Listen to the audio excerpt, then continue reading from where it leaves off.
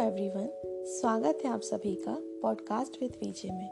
मैं हूं आपकी होस्ट विजेता और मैं आज आपको उस पौराणिक कथा के बारे में बताऊंगी जिसमें एक आज्ञाकारी पुत्र अपने पिता की आज्ञा को पूरा करने के लिए अपने माता का वध कर देते हैं। ये कथा है भगवान परशुराम जी की, जो स्वयं नारायण के छठे अवतार थे, जिन्हें आवेश अवतार भी कहा जाता है। इसी आवेश स्वभाव तथा पितृ भक्ति के कारण ही उन्होंने एक दिन अपनी माता का वध कर दिया था।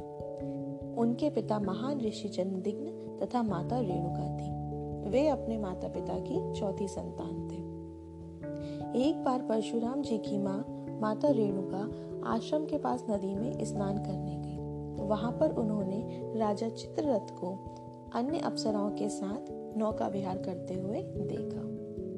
राजा चित्ररथ दिखने में बहुत ही आकर्षक तथा सुंदर शरीर वाले थे। अन्य अप्सराओं के साथ नौका विहार करते देखकर माता रेणुका का मन प्रफुल्लित हो गया तथा वे उन्हें वहीं देखती रही। इसी कारण उन्हें स्नान करके आश्रम वापस आने में देरी हो गई। जब रेणुका स्नान करके आश्रम वापस लौटी तो उनके हाव भाव बदले हुए थे तथा उनका मन अभी भी वहीं पर था। उनके मन में वही दृश्य चल रहा था।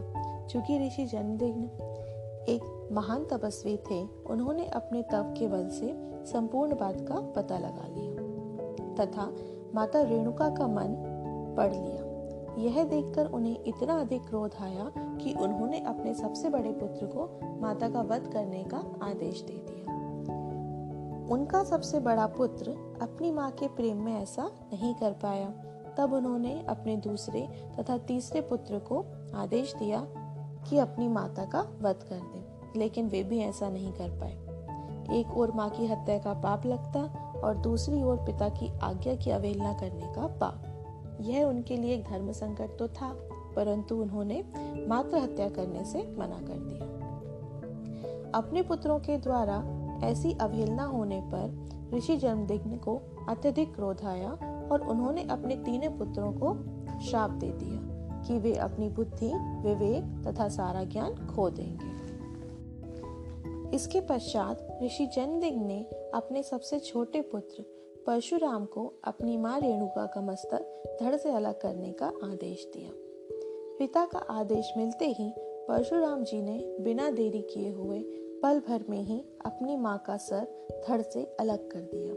देखते ही देखते उनकी मां निष्प्राण हो गई तथा लहू की धारा फूट पड़ी।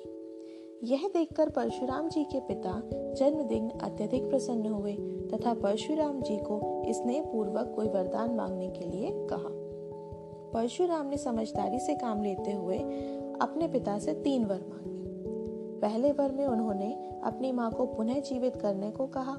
दूसरे वर में उन्होंने मांगा कि माँ को इस चीज की स्मृति ना रहे तथा तीसरे वर में उन्होंने अपने तीनों भाइयों का विवेक, बुद्धि तथा सारा ज्ञान जो खो दिया था उसे वापस मांग लिया। ऋषि जमदग्नि ने अपने पुत्र की समझदारी को देखकर अत्यधिक प्रसन्न हुए तथा उन्होंने उन्हें तीनों वर प्रदान कर दिए। इसके पश्चात सब कुछ फिर से सामान्य हो गया तथा परशुराम जी की माता पुनः जीवित हो गई।